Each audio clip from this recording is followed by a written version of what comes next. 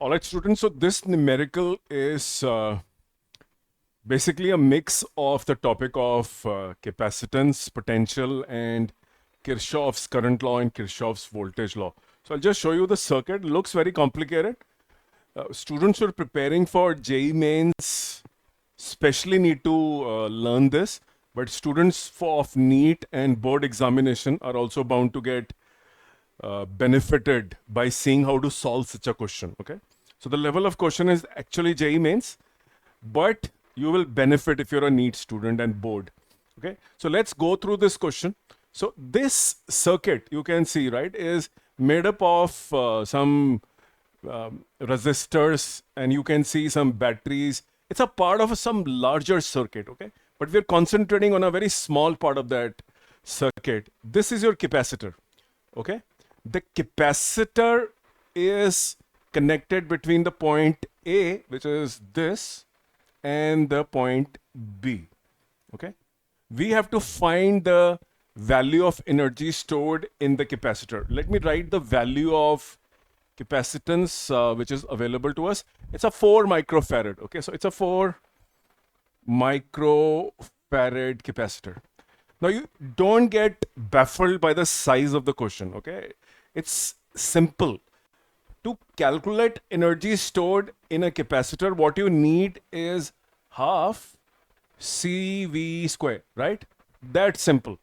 Where V is the potential difference across the plates of the capacitor. So if these are the plates of the capacitor, we are saying what is the potential difference between point A and B? Okay. So if we find VAB, we will be able to easily solve this and get one of the answers in the MCQ. I'm going slow because my job is to explain you what's happening. Now, if you notice the circuit, you have 2 amperes coming in at the point A. You have 1 ampere coming from here. So I can easily apply the Kirchhoff's current law at A. 1 ampere is coming in, 2 ampere is coming in. This current I1, which is coming in, is going to be the sum. The sum of incoming currents is going to be 1 and 2 amperes, right? So this becomes 3 ampere. All right. So now look at B, the point B. You have a 2 ampere current coming in. You have 1 ampere current coming in. Okay. And you can see the 3 ampere current coming from this place, right? So first of all, let's see. This 3 ampere travels here. At this point, 2 amperes exits, which means here you have 3 amperes entering, 2 amperes leaving, which means 1 ampere is entering this side. So if I look at the node B, right, at the node B, I have 2 amperes entering, 1 ampere entering, and I also have 1 ampere which is entering, right? So this becomes 2 and this becomes 1 ampere which is entering.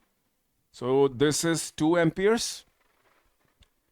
Yes, this, oh, sorry, I think the diagram is wrong. So this is reversed, okay?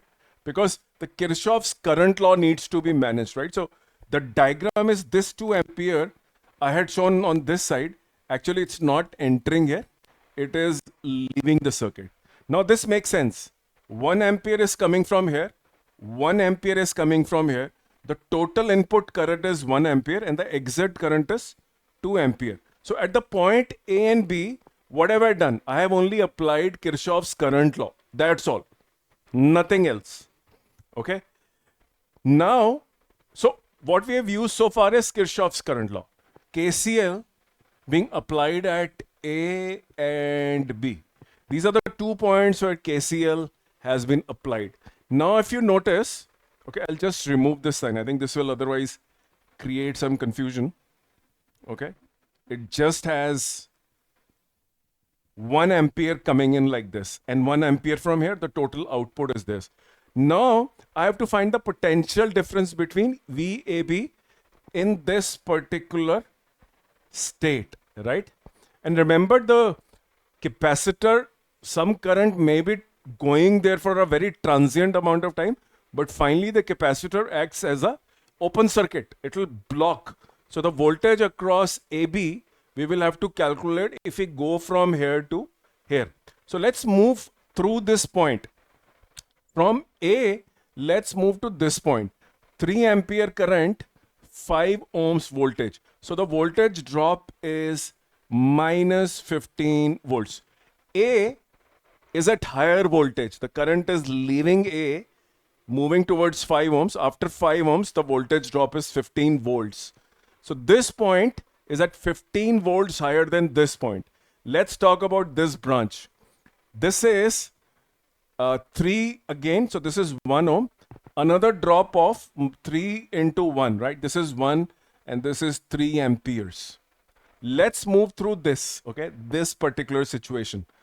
This resistor, okay? Let me just see. This resistor is 2 ohms, okay? So this is 2 ohms. If we move through this, again it's 1 ampere and 2 ohms. There is a drop, right? In the direction of the current. So this is minus 2 into 1. So this is minus 15, minus 3, minus 2. So the potential drop from A to B in all is minus 22 volt. So VA minus VB is equal to 22.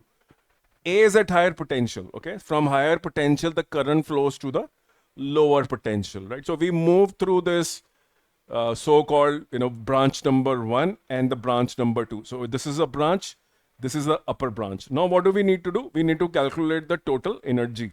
We have found V, the potential difference across VAB. Let's put the value. So half C, 4 into 10 raised to power minus 4 into 22 square, right? This is 4 microfarad, so this is 6, and 22 square. It's because this is 15, 18, and 2. Sorry, this is 20. Okay, so this is 20 square. Please be careful about calculations, okay? So if you're not vigilant about the calculation, your whole question goes, the answer goes here and there. So this is half into 4 into 10 raised to power minus 6 into 4 into 10 raised to power square, right? 400, so square. So we can cut this. This will become 10 raised to power minus 6. This is 2 into 8 joules. So the correct answer is 8 into 10 raised to power minus 4, right? Because this is minus 6 and another 2. So this will become 4. So the correct answer is 8 into 10 raised to power minus 4. So the way to solve such question is, it was straightforward. The question was find the energy. I knew the concept of energy, half CV squared. By the way, if you're preparing for board examination, this derivation is important for you. Derive the expression of half CV squared. And in that concept, whatever work you do using the EMF source, a small amount of charge is pumped on the plates. For every small dq at a potential V, you need to do some work, which is V into dq. And then you have to integrate V into dq using Q is equal to CV, and you get your answer as Q squared by 2C. Anyway, I think we are talking about energy. What I did as a second step was, because I saw a lot of nodes, right? I exactly could understand that so many currents are coming out, in and all that. I should be able to find what is the current in this branch. Once I found the current from A to this point in every branch, my next target was obviously to find V, because my V was unknown, right? Unknown variable I knew. So the way to find, obviously this is VAB, so this has become an open circuit. There is a potential difference which you can calculate from this side, right? So if you have a capacitor like this, okay, and on the right hand side you have some circuit, okay, and some lot of complicated stuff is there.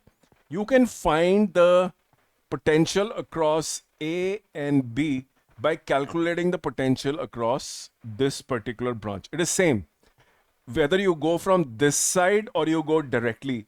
The potential difference is same. That is the strategy I used, and I got an answer as 20 volts. And then of course it was substitution and doing good correct calculation. Please do not forget to subscribe to this channel. A lot of JEE mains question, a lot of NEET questions and board questions, irrespective of the board you're preparing for, AP Physics, whether it is IB board, Cambridge, AQA, you will get a lot of questions from my channel. I think the physics doesn't change across the globe. It remains the same. So if you understand English and you like to learn physics, you are interested, please don't forget to contact me. And very importantly, don't forget to subscribe to this channel. Okay, you will get some amazing insights and some fantastic questions. Thank you very much.